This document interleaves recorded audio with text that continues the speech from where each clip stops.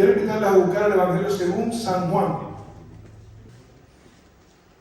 Evangelio según San Juan, versículo 5. Dice ahí: y salió Jesús llevando la corona de espinas y el manto de púrpura. Y Pilato les dijo: he aquí el hombre. Dios bendiga su palabra. Pueden sentarse. ¿Saben? A veces cuando yo voy a predicar, en mi propia mente yo me pregunto si no estoy siendo repetitivo. Claro, como la audiencia a veces es diferente, ustedes no se van a dar cuenta. Pero yo trato siempre de que el tema central sea un tema que nos ayude a concientizar por qué venimos a la iglesia.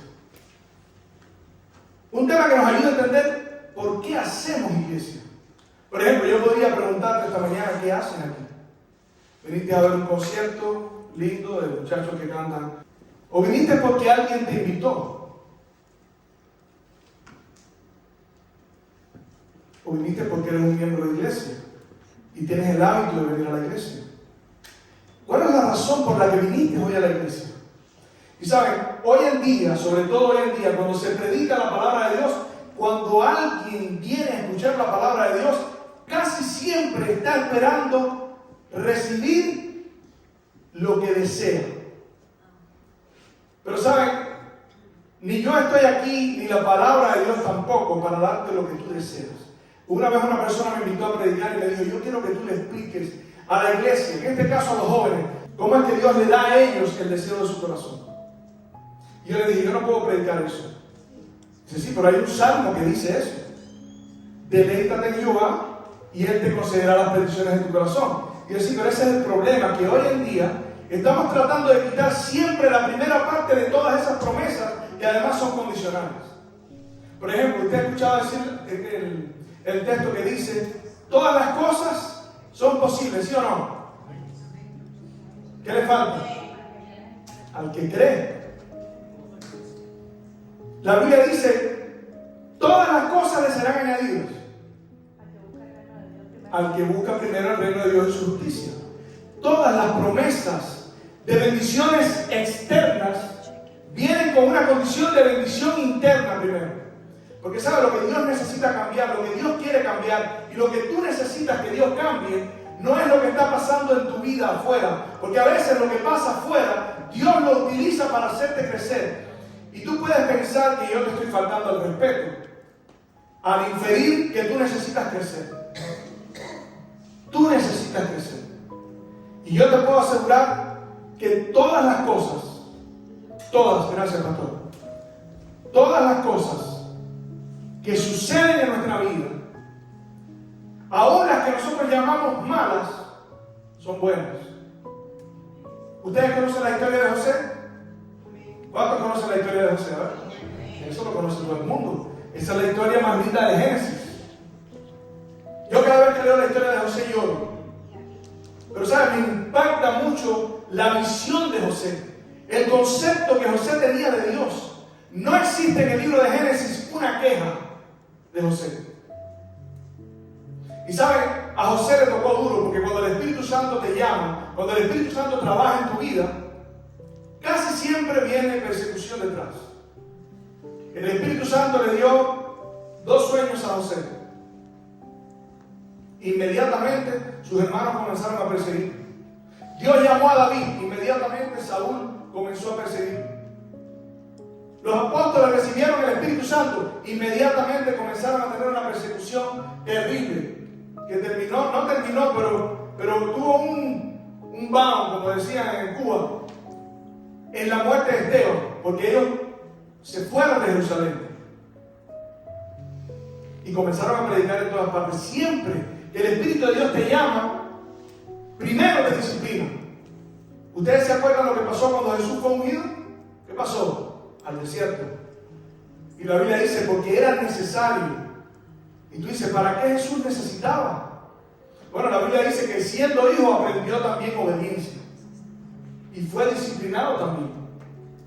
Pasó por la prueba que tú y yo tenemos que pasar. Y me impresiona que José entendía esto. Y un día cuando los hermanos le dijeron, José, pero nosotros te traicionamos, él les dijo, no se aflijan. Y abro un paréntesis. Ayer prediqué sobre esto. Y yo te quiero hacer una invitación. La Biblia dice que Dios se manifiesta, y esto es solo un paréntesis, Dios se manifiesta en su iglesia a través del amor. Cuando nos amamos los unos a los otros, cuando nos consideramos los unos a los otros. Y ayer yo estaba diciendo, cuando la herida que tú me hiciste no es más importante que tu salvación. Porque a veces tú me hieres y yo tengo el derecho, o siento el derecho, a responder. Pero sabes, cuando yo respondo me convierto en lo que tú eres. Perdón, no en lo que tú eres. Repito tu misma actitud. Y nosotros somos muy buenos repitiendo. Nosotros somos muy buenos reflejando. Por eso la Biblia dice que cuando contemplamos a Jesús, mirando a cara descubierta como por el Espíritu del Señor, somos transformados. Pero la Biblia dice, no te dejes vencer por el mal, sino vence con el bien el mal. Y eso fue lo que hizo José. Cuando le dijo, ustedes me hicieron para mal, pero Dios lo convirtió en algo bueno para preservación de vida. ¿Sabe lo que Dios estaba haciendo a través de José? La prueba que José pasó era tan determinante que representaba la salvación del mundo. Y tú dices, ¿cómo que representaba la salvación del mundo? Sí, porque Dios estaba tratando de preservarle la vida a la descendencia de la mujer, de la cual iba a nacer el Cristo. Por eso Dios mandó a José a Egipto. Y por eso pasó las pruebas que pasó. Y en el proceso, José creció. Ahora, ¿por qué tiene que ver José con Pilato? ¿Sabe? Un día Pilato estaba frente a Jesús y le dijo a la iglesia, porque esa era la iglesia, está representada por la mujer en el Antiguo Testamento. Era el pueblo de Dios. He aquí el hombre, este es el hombre. Pero cuando usted lee la historia de Juan, lo que él dice no está completo. Y cuando va a Mateo capítulo 27, versículo 22, dice que Pilato también dijo, ¿qué haré de Jesús el Cristo? Y ustedes tal vez nunca lo habían pensado desde este punto de vista, pero Dios usó a Pilato. Dice la Biblia, ¿quién puede resistirle? Si hizo que una mula hablase, y usted dice, ¿de qué forma Dios usó a Pilato? ¿Saben cómo lo usó? Pilato dice que en el día de la fiesta, quiero invitarles a buscar ahí, Mateo capítulo 27, dice, ahora pues, versículo 15, en el día de la fiesta acostumbraba el gobernador a soltar a un preso. ¿Qué simbolismo? Tuvo que haber un cambio. Tuvo que haber alguien que iba a morir en lugar de otro. Y el que tenía que salir era Cristo. En el día de la Pascua. Esa era la fiesta. ¿Sabe lo que representaba la Pascua? La Pascua es el simbolismo que Dios usó para enseñarnos sobre el sacrificio de Cristo. ¿Usted sabe a qué hora murió Jesús? ¿Y qué día murió Jesús? Un 14 de Nisan, a las 3 de la tarde. Era el día y la hora a la que se sacrificaba la Pascua. Por eso la Biblia dice que en ese momento el velo del templo se rasgó y se vio el lugar al lugar santísimo, se vio el espacio al lugar santísimo. Y ahora Pilato está siendo usado por Dios. Dice, él ese día acostumbraba a soltar a un preso. Pero no solo eso, mientras él estaba en el tribunal, dice que la mujer mandó mensajeros que le dijeron, anoche tuve sueños con respecto a este hombre, no tengas nada que ver. Dios estaba tratando de librar a Pilato. Porque Dios estaba interesado también en la salvación de Pilato, ¿cierto? E impresionado por el carácter de Jesús, ¿sabe lo que hizo Pilato? Escribió en la cruz un letrero que decía, este es Jesús, el Rey de los judíos. Lo escribió en hebreo, en arameo, hebreo, griego y latín. Qué curioso que alguien que no es cristiano siente el impacto del señorío de Cristo. Porque él le preguntó, ¿y tú quién eres? ¿Tú eres rey? Y Jesús le dijo, mi reino no es de este mundo. Y Pilato se espantó Y cuando recibió el mensaje de la mujer y los comentarios que decían lo que Cristo decía, dice, este dice que es hijo de Dios, dice la Biblia, que tuvo más temor. ¿Cómo el señorío de Cristo impactó sobre este hombre? Sin embargo, la Biblia dice que nosotros los cristianos, sobre todo en el tiempo del fin, vamos a ignorar ese señorío. Y tú dices, bueno, eso no aplica a mí. Yo te digo, sí aplica a ti. Tú también tienes que crecer. Amén. La palabra de Dios es viva y eficaz, y más cortante que espada de doble filo, que entra y penetra y parte los huesos. Yo te pregunto, ¿qué tienes que arreglar tú en tu vida? Porque nosotros decimos, Señor, Señor. Pero Jesús dice, ¿por qué me dices, Señor, Señor? Y no haces lo que te digo. Y hay tantas cosas que están escritas. Yo estaba diciendo ayer en el tema, si nosotros viniéramos al manual, este es el manual. No es el manual de iglesia. Este es el manual de los cristianos. Para la vida. Usted tiene problema con un hermano y va a donde está el otro hermano y ahí dice, el problema es que fulanito, o sea, yo lo hago por su bien, ¿ves? Pero él no está en el espíritu. Hermano, si él no está en el espíritu, ¿por qué usted no vaya a hablar con él? Porque la Biblia dice, confesad vuestras faltas los unos a otros. La Biblia dice, si tú tienes un problema con tu hermano, reconcíliate con él. Si estás a punto de entregar una ofrenda y ahí te acuerdas que tienes un problema con tu hermano, deja la ofrenda, no la entregues, reconcíliate con tu hermano y regresa. Y eso no es tan difícil.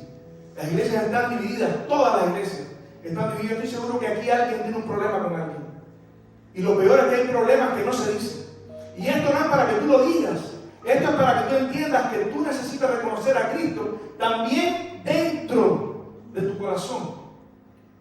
Y el mayor problema es que vamos a ignorar, dice la Biblia, el manual. Y yo tengo tantos textos, no puedo de eso, porque ahorita empiezan a subir los muchachos y ya eso es una señal de que tengo que terminar.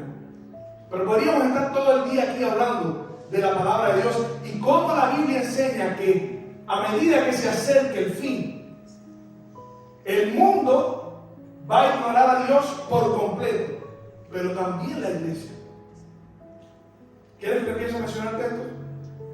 ¿Qué representan las vírgenes? Las fatuas, las insensatas y las prudentes. Todas se unieron. Jesús dice, yo le voy a hacer justicia a los que claman y gimen día y noche. Esos son los escogidos. Entonces Jesús dice, pero cuando el Hijo del Hombre venga, hallará fe en la iglesia. Pablo le dice a Timoteo, predica la palabra a tiempo y fuera de tiempo, porque vendrán tiempos en que no sufrirán la sana doctrina, sino que teniendo comezón de oír. ¿Qué cosa es comezón de oír? Quiere que les diga lo que les gusta. Isaías explica eso. Isaías dice, este pueblo es un pueblo que dice, no nos profeticéis lo recto, decirnos cosas halagüeñas, cosas que nos gusten. Pero Jeremías dice, pregunten cuál es el camino antiguo. Busca en la palabra, busca en el manual. Ahora sabes dónde Pablo, Pedro, Juan y todos ellos sacaron eso. Y Jesús. Ok, Isaías capítulo 4. Isaías capítulo 4, versículo 1. ¿Cuántos tienen eso? A ver. Isaías capítulo 4 dice, echarán mano de un solo hombre, 7 mujeres en aquel día, y le dirán, nosotras comeremos de nuestro pan y nos vestiremos nuestras ropas, solamente permítenos llevar tu nombre. ¿Sabes con qué te voy a explicar esto? Con Mateo capítulo 7, versículo 21. Jesús dice, no todo el que me dice, Señor, Señor, no todo el que me dice en tu nombre, sino el que hace la voluntad de mi Padre que está en el cielo. Sino el que come el pan. No es el pan que tú quieres. Y sabes, nos cuesta tanto trabajo. Nosotros creamos conceptos predeterminados que nos gustan. Ahora vengo yo aquí y te digo, mira, aquí la Biblia dice que es verde, pero tú lo tenías hace años como azulito claro. Y es más importante a veces el concepto que ya teníamos, que no representa nada, a someternos al señorío de Cristo en su palabra. Y eso aplica en todas las cosas de la vida. No solamente en la doctrina de la palabra, también aplica en la vida. Esto es un manual. Amar a nuestro hermano a veces es difícil, pero la Biblia nos manda a amar a nuestros enemigos. Y como dije ahorita, el que conoce el camino es Cristo. Y ahora sí termino con este texto. Apocalipsis capítulo 12 tiene una ilustración hermosa. Es la ilustración de una mujer vestida del sol, que tiene una corona de 12 estrellas y que tiene debajo de sus pies la luna. ¿Saben lo que eso significa? Te lo explico con otro texto. El rey David dice: lámpara es a mis pies tu palabra y lumbrera a mi camino. ¿Qué cosa es una lumbrera? Eso nos lleva entonces a Génesis. Y Génesis dice que Dios creó las dos grandes lumbreras. La grande para el día y la pequeña para la noche. ¿Cuál es la pequeña? La luna. Y ahora lo regresamos. Lámpara es a mis pies tu palabra y lumbrera en mi camino. Y en Apocalipsis la mujer tiene debajo de sus pies la luna. ¿Sabes cuál es el fundamento de tu vida? Si quieres ser cristiano, este libro. Por eso, nosotros somos reformadores. Descendemos de los reformadores. Salimos de la edad oscura del imperio papal por más de 1260 años, donde la palabra de Dios se enterró, donde el que predicaba la palabra de Dios lo mataban, los quemaban, los torturaban. Y tú tienes muchas Biblias probablemente en tu casa, hasta la tienes en el teléfono. Dios te va a pedir cuenta por la luz. La Biblia dice: mirad vosotros los que oís, porque al que mucho tiene, mucho se le dará. Todo el plan de la redención está delante de ti. Dios te llamó a ser salvo.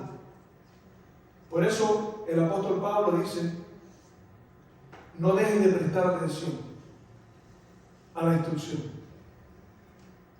Escucha la palabra, predica la palabra, ora, envuélvete en la palabra.